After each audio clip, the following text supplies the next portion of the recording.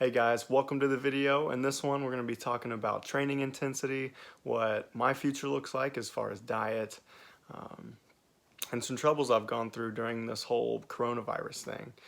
I got to warn you guys, this first part, I talk about some scientific stuff, and I was not on my A game, so my energy's kind of low, might seem even more boring than usual. So just bear with me. I promise it's a lot of good stuff regarding training intensity. But other than that, let's get right to it.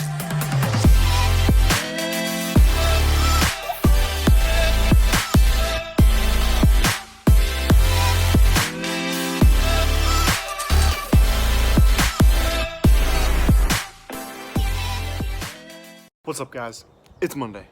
So let's talk about intensity.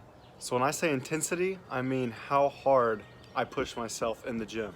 So I've been listening to this very smart individual who just so happens to be extremely jacked as well. His name's Dr. Mike Isertel. I believe he's a sports physiologist, so he knows pretty much everything about training, how to get freaking yoked. So listening to him talk about training in a couple of podcasts that he's in got me super pumped to start training. And unfortunately, when I was listening to these, I was at work and I just wanted to get right in the gym and start training right away. That's just how good this guy is at explaining training and the results that come from it. So also, listening to him, I realized that I've been keeping my hypertrophy exercises very static. I haven't been changing much. I just keep 3 sets of 12 reps usually, and the weight's never really gone up for me with hypertrophy training. If it does, it's very occasionally, very slow. Strength training is a whole different story, but that's for another video. But yeah, with this very static way of training hypertrophy, it becomes very boring. So on Friday during my leg day, I decided to try my very best to emphasize how close to failure I can get. Not going to failure, but usually keeping around 2 reps in reserve. That's something that Dr. Mike talks about. On average, keeping 2 reps in reserve is probably best for everybody as far as hypertrophy goes.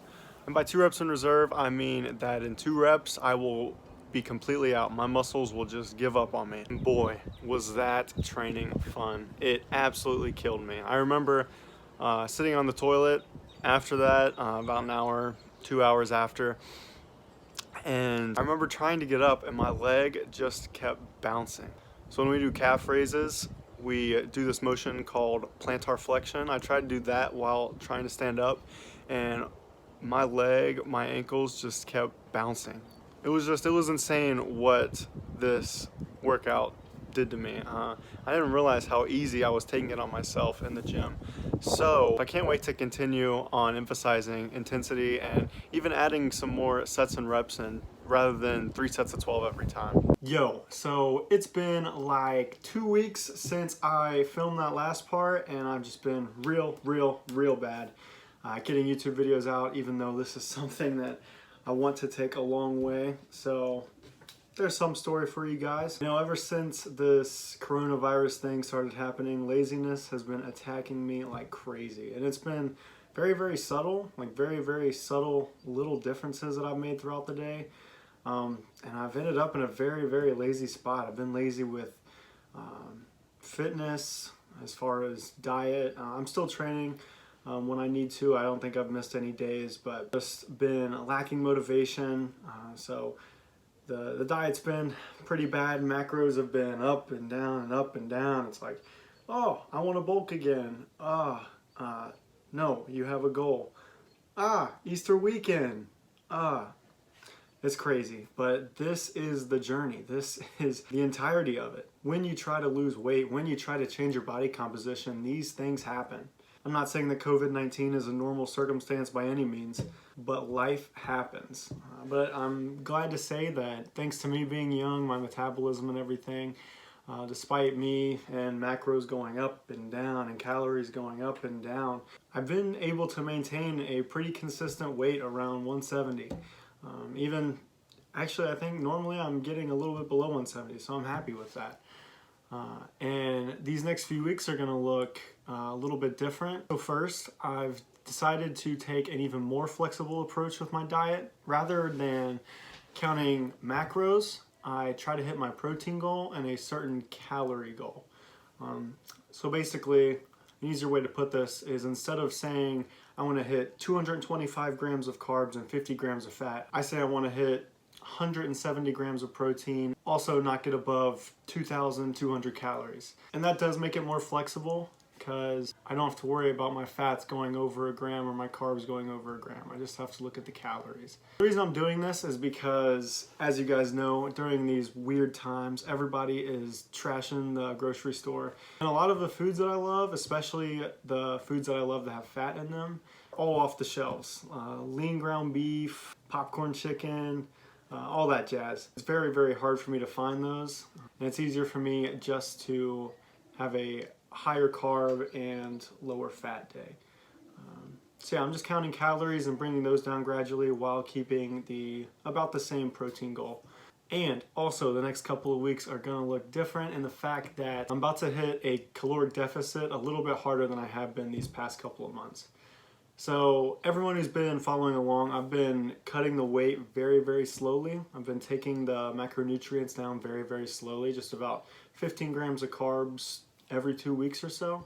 And now I'm gonna start bringing them down every single week. So I'm gonna be bringing my daily calories down 100 calories every single week until May 10th. That will be the end of this cutting phase.